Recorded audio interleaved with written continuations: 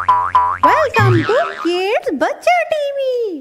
दादी के पास सारे बच्चे आ गए थे। दादी से कहानियाँ सुनना बच्चों को बहुत भाता था। दादी भी कहानी सुनाने के लिए बच्चों को वेट करती थी कि कब बच्चे आए और मैं उनको कहानी सुनाऊं। अरे आ गए मेरे नन्हे मुन्नो, मैं तुम्हारा ही इंतजार कर रही थी। मैंने सोचा कि मेरे नन्हे मुन्ने आज नहीं आने वाले, पर तुम लोग तो आ गए। हाँ मुझे पता है तुम ढूंढते ढूंढते आए होगे।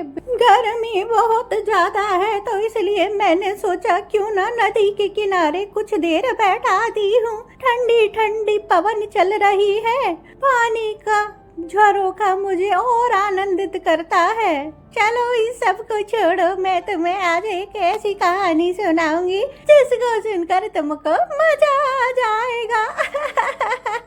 घमंडी कौआ और चतुर हंस। एक बार की बात है, एक समुद्र के किनारे कौआ रहता था। उसे अपनी उड़ान पर बहुत घमंड था। वह समझता था कि वह दुनिया का सबसे अच्छा और तेज उड़ने वाला पक्षी है। एक दिन वहाँ कुछ हंस आए और कौआ उनके पास गया और बोला, क्या तुम मेरे साथ उड़ने की प्रतियोगिता करोगे? मुझे कई तरह की कलाबाजियाँ आती हैं। एक बूढ़े हंस ने कौवे की चुनौती स्वीकार कर ली। उड़ान शुरू हुई। शुरुआत में कौवा हंस के आगे निकल गया और तरह तरह की कलाबाजियाँ दिखाने लगा। वह हंस का मजाक उड़ाते हुए बोला, तुम तो बहुत धीमे उड़ते हो, तुमको कुछ नहीं आता।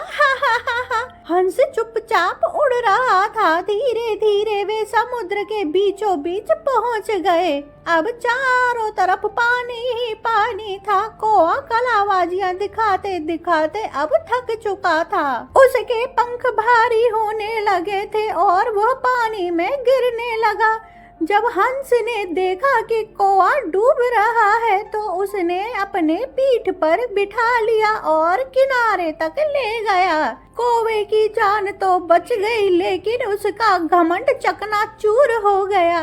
उसने हंस से माफी मांगी। हंस दादा मुझे माफ कर दो। और समझ गया था कि अपनी काबिलियत पर गर्व करना अच्छी बात है, लेकिन दूसरों को छोटा दिखाना या समझना बहुत गलत बात होती है। हमें कभी किसी को छोटा नहीं समझना चाहिए। कहानी की सीख, कभी भी अपनी उपलब्धियों पर घमंड नहीं करना चाहिए, क्योंकि हर किसी की अपनी एक अलग ताकत होती है, अपनी एक पहचान होती है। कहानी तुम लोगों को अच्छी लगी हो तो चैनल को सब्सक्राइब कर दो, वीडियो को लाइक कर दो, बेल आइकन ऑल पे दबा दो। मिलेंगे कल एक और कहानी में। तब तक के लिए बाय बाय मेरे जिगर के टुकड़ों।